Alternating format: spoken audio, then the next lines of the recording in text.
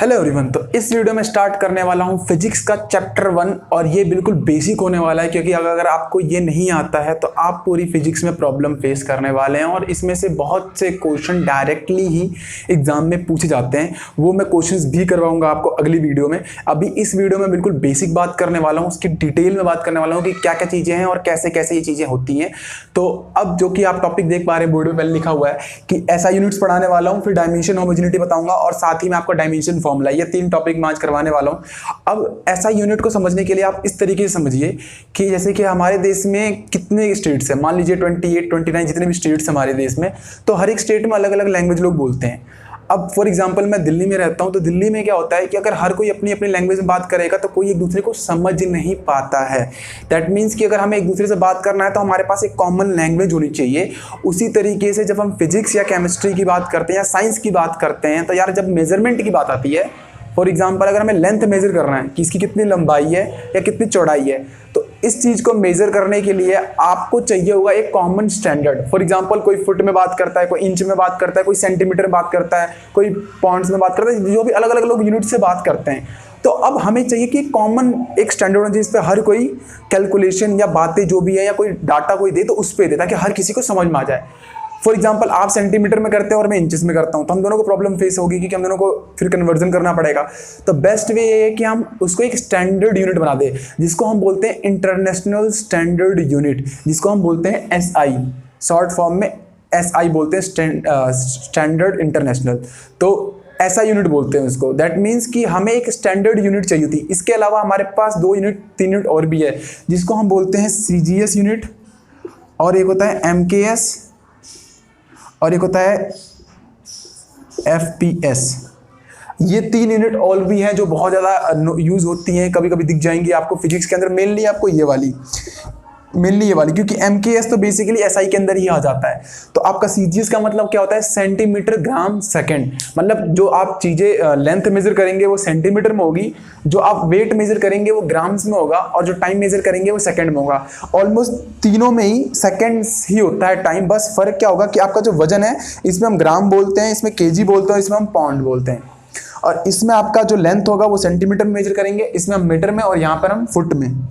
तो ये 3 यूनिट्स और भी हैं जो लोग यूज़ करते हैं, लेकिन मेन आपकी क्या है MKS जो SI के अंदर लाई करती है, जिसमें मीटर, kg और सेकंड्स की बात करते हैं। तो CGS भी आप ध्यान रखिएगा, जिसके अंदर C का मतलब क्या है, centimetre, G for grams, gram, and S for second. तो कभी कभी डायरेक्ट एग्जाम में बोल देते हैं कि convert this SI unit into CGS unit. तो उस टाइप के क्वेश्चन भी आपको दिखाऊंगा कि कैसे वो क्वेश्चन आते हैं। तो आपको ये पता होना चाहिए कि CGS और SI है क्या। अगर आपको यही नहीं पता तो आप क्वेश्चन को कैसे करेंगे। तो आई होप आपको समझ में आ गया होगा कि SI यूनिट क्या है। ये एक ऐसी स्टैंडर्ड आपकी यूनिट्स हैं जिससे कि हम हर एक जो लोग होते हैं पूरे इंटरनेशनली, वो इसी यूनिट्स में डील करते हैं किसी भी फिजिकल क्वांटिटी को। जैसे कि हम लोग हर एक अलग अलग स्टेट्स के लोग अलग अलग लैंग्वेज बोलते हैं, लेकिन हमारी एक कॉमन लैंग्वेज है वो है हिंदी, जिससे कि हमारे लोग आपस में बात करते हैं। वैसे ही ये एक लैंग्वेज है मेजरमेंट के लिए। तो इस तरीके से ये चीज़ है। आई होप आपको ये समझ में आ गया होगा। अब बात करते हैं कि आखिरकार कितनी SI यूनिट्स होती हैं। वो होती हैं आपके 7। आपको दिखाऊंगा, एग्जाम में डायरेक्टली पूछा गया है कि how many SI units are there. तो आपको इस बात का पता होना चाहिए कि 7 SI यूनिट्स होती हैं। अब वो कौन कौन सी होती हैं, वो आपकी लेंथ हो गई, आपकी मास हो गई, या आपकी टेम्परेचर हो गया, इस तरीके से आपका करंट हो गया। तो आपकी ये 7 यूनिट्स हैं। मैं आपको यहाँ पे लिख के लाया हूँ, दिखा देता हूँ मैं। Length, mass, time, electric current, temperature, amount of substance और इल्यूमिनेस इंटेंसिटी। ये आपकी 7 बेसिक फंडामेंटल क्वांटिटीज़ है, और इसी से सारी चीज़ें बनती हैं। फिर आगे फर्दर मैं आपको वो भी बताऊंगा कि इससे कौन कौन सी क्वांटिटी और कैसे कैसे बनती हैं। तो आपकी फंडामेंटल क्वांटिटीज़ क्या क्या हो गई, length, mass, time, electric current, temperature, amount of substance and luminous intensity. ये फंडामेंटल का मतलब क्या है कि आपको इतनी चीज़ें आपके पास होनी चाहिए, तभी जाके आप आगे की क्वांटिटीज़ बना पाओगे। फॉर एग्जाम्पल मैं बात करता हूँ सपोज वेलोसिटी की। अगर मैं वेलोसिटी की बात करता हूँ तो वेलोसिटी क्या होता है आपका, डिस्टेंस अपॉन टाइम। अब आपका क्या देख रहे हैं आप, डिस्टेंस का क्या होता है, हम पहले बोल चुके हैं ये फंडामेंटल यूनिट है, और टाइम आपको ये भी फंडामेंटल यूनिट है। तो इस तरीके से ये इसको हम सेकेंडरी बोलते हैं, ये सेकेंडरी क्वांटिटीज हैं, ये आपकी फंडामेंटल क्वांटिटीज हो गई। तो मतलब क्या है कि आपके ये 7 फंडामेंटल क्वांटिटीज है और आपको ये पता होनी चाहिए कि लेंथ की SI यूनिट जो होती है वो मीटर होती है, हमेशा याद रखिएगा, क्योंकि अगर आप एग्जामिनेशन को न्यूमेरिकल भी सॉल्व कर रहे हैं तो आप SI यूनिट में ही कीजिएगा उसको। साथ ही में मास का किलोग्राम, इनका अगर मैं नोटेशन की बात करूं तो M हो जाएगा, इसका kg हो जाएगा, सेकंड का S हो जाएगा, टाइम का सेकंड होता है, इलेक्ट्रिक करंट का ampere that is A, temperature का केल्विन। बहुत से बच्चे होते हैं जो टेम्परेचर को डायरेक्टली डिग्री सेल्सियस में यूज़ कर लेते हैं, पर हर जगह नहीं यूज़ करना चाहिए आपको हमेशा उसे SI में कन्वर्ट कर लेना चाहिए। साथ ही में अगर आप अमाउंट ऑफ सब्सटेंस की बात करते हैं तो आपका मोल हो जाएगा, वो MOL ही रहता है। बाकी कैंडेला हो गया आपका लास्ट ल्यूमिनस इंटेंसिटी का। तो ये आपकी 7 SI यूनिट्स हैं, इनका आपको पता होना चाहिए था, इसी से बाकी यूनिट्स बनती है। फॉर एग्जाम्पल मैं बात करूँ वेलोसिटी का, तो आपका डिस्टेंस अपॉन टाइम में अगर मैं वेलोसिटी की यूनिट बोलूँ तो वो क्या हो जाएगा, मीटर अपॉन सेकेंड। सेकंड को आप ऐसी C या S भी लिख सकते हैं, कोई दिक्कत वाली बात नहीं है। तो ये आपकी यूनिट हो जाएगी किसकी, वेलोसिटी की। ऐसी करके आप किसी और का भी निकाल सकते हैं, जैसे फॉर एग्जांपल एक्सेलरेशन का निकाल दूं मैं, तो वो क्या होता है, वेलोसिटी अपॉन टाइम। अब वेलोसिटी का आप देख रहे हैं क्या है, metre upon second divided by second, तो ये बन जाएगा आपका मीटर पर सेकंड स्क्वायर। तो इस तरीके से आप बाकी की SI यूनिट्स भी निकाल सकते हैं। आई होप आपको ये दिख रहा होगा, एक बार मैं चेक कर लेता हूँ। नहीं, ये आपको अगर नहीं दिख रहा है तो मैं एक बार इसको ऊपर में लिख देता हूं। तो मैं क्या बोल रहा था कि हमारी अगर मैं बात करूं कि एक्सेलरेशन की यूनिट तो वो जाएगी आपकी वेलोसिटी अपॉन टाइम। अभी आपने देखा वेलोसिटी जो यूनिट थी वो क्या थी, मीटर पर सेकंड डिवाइडेड बाय सेकंड, तो आपका हो जाएगा मीटर पर सेकंड स्क्वायर। तो ये हो गई आपकी एक्सेलरेशन की यूनिट।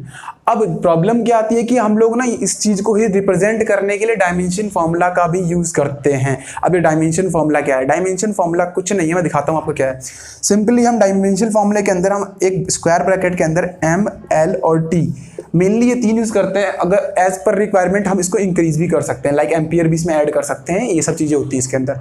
मेनली हम MLT में यूज करते हैं और आपके क्वेश्चन इसमें हो जाएंगे आराम से। अब M फॉर क्या है, M for mass, L for length and T for time. इस चीज़ का ध्यान रखिए। फॉर एग्जांपल मैं बात करता हूँ, मैं इधर की यूनिट्स की बात करता हूँ मैं, तो इसकी अगर मैं इस टर्म में लिखना चाहूँ तो क्या लिखूंगा, यहाँ पे मीटर है लेकिन मास और टाइम नहीं है, तो हम बोलेंगे इसका डायमेंशन फॉर्मूला हो जाएगा M की पावर 0, क्योंकि मास तो कुछ था ही नहीं, L की पावर 1 और T की पावर 0, क्योंकि यहाँ पर सिर्फ और सिर्फ लेंथ है। क्या है ये, लेंथ है। तो इस तरीके से ये बन जाएगा। अगर मैं नीचे वाले की बात करूं तो नीचे वाले की अगर मैं बात करूं तो आपका क्या हो जाएगा, यहां पर सिर्फ मास है, यानी कि आपका हो जाएगा M की पावर 1, L की पावर 0 और T की पावर भी 0। तो M की पावर 1, L की पावर 0, T की पावर 0। तो आपको सब समझ में आ रहा होगा कि मैं कैसे कर रहा हूं। इस तरीके से यहाँ पे M की पावर 0, L की पावर 0 और T की पावर 1 हो जाएगा। तो ये आपका डायमेंशन फॉर्मूला हो जाएगा टाइम का। तो आपको ये समझ में आ रहा होगा कि डायमेंशन फॉर्मूला क्या है। अगर इस तरीके से अगर मैं वेलोसिटी की बात करूं तो ये मीटर पर सेकंड स्क्वायर है, तो यहाँ पर मीटर के लिए लेंथ अगर इसको ढंग से लिखूं तो M(s⁻², एक्सेलरेशन की जो यूनिट है वो M(s⁻²) है। तो अगर मैं इसका डायमेंशन फॉर्मूला लिखूं इसी का ही, तो मास है क्या यहाँ पे, नो, तो 0 हो जाएगा। लेंथ है, हाँ है, तो उसकी पावर 1 हो जाएगी, और टाइम में आपका -2 आ जाएगा। तो ये हो जाएगा इसका डायमेंशन फॉर्मूला। तो आपको सिर्फ पहले ये यूनिट बना लेनी है, बनाने के बाद आपको सिर्फ डायमेंशन फॉर्मूला लिखना है और इसके अकॉर्डिंग आपको यहाँ पे सेट कर देना है। इसके बहुत से क्वेश्चन आपको मैं करवाने वाला हूँ अगली वीडियो में, तो उसकी टेंशन मत लीजिए, बट आप इसका ध्यान रखिएगा कि डायमेंशन फॉर्मूला क्या होता है और कैसे बना है। अब बात करते हैं लास्ट टॉपिक, जो कि हमारा है डायमेंशन होमोजेनिटी। तो वो आपका अभी करवा देता हूँ मैं यहाँ पर। डायमेंशन होमोजेनिटी, तो डायमेंशन होमोजेनिटी के अंदर क्या होता है, अगर मैं अभी बात करूं कि 10 लीटर, एक क्वेश्चन देता हूं आपको मैं, 10 लीटर प्लस 5 kg कितना होगा, 5 kg कितना होगा, तो आपका आंसर क्या होगा कि सर इसको तो हम ऐड कर नहीं सकते, पर कुछ बच्चों ने ऐड कर भी दिया होगा, 15 होगा, लेकिन 15 क्या, kg या लीटर। तो हम ये कहते हैं कि हमेशा एक सेम क्वांटिटी में एडिशन हो सकता है। हाँ, मल्टीप्लिकेशन किसी का भी हो सकता है, लेकिन एडिशन सिर्फ लाइक क्वांटिटीज का ही होता है। तो आपके इसका कहने का मतलब क्या है कि हम 10 लीटर प्लस 5 kg को हम ऐड नहीं कर सकते। इसके लिए या तो इसको kg में कर दीजिए आप, kg होगा तो हम कर सकते हैं, या फिर दोनों लीटर में होता तो कर सकते हैं। इसी चीज को हम बोलते हैं डायमेंशन होमोजेनिटी। दैट मीन्स कि दोनों का डायमेंशन सेम होना चाहिए। फॉर एग्जांपल मैं आपको एक क्वेश्चन देता हूं। मैंने बोला कि मान लीजिए कि 10 litre is equal to 5 litre plus x। अब मैं बोलूं कि x का यूनिट बताइए आप, तो x का यूनिट आप क्या बताएंगे? वो लीटर ही होना चाहिए, क्योंकि यार लीटर में ऐड करने के लिए तो लीटर ही होना चाहिए ना, तभी तो एडिशन पॉसिबल हो पाएगा। दैट मीन्स कि अगर आपके एग्जाम में आता है कि what is the unit of x, तो आपका आंसर होना चाहिए लीटर। दैट मीन्स कि लीटर ही उसकी यूनिट होगी, तभी ये इसका एडिशन पॉसिबल होगा। That is what the dimension homogeneity is. तो इसका मतलब क्या हो जाएगा, x की यूनिट हो जाएगी आपकी लीटर। अब इस तरीके से क्वेश्चन ये तो थोड़ा सिंपल हो गया, थोड़ा हार्ड करते हैं इसको। फॉर एग्जांपल मैं बोलूं कि s is equal to AT² plus BT। मान लीजिए ऐसा कोई क्वेश्चन है। अब बोले कि what is the dimension of B, तो हमें पहले ये देखना पड़ेगा कि s है क्या। s का मतलब मान लीजिए हम लोगों ने बोला है ये डिस्टेंस है और इसकी यूनिट है मीटर।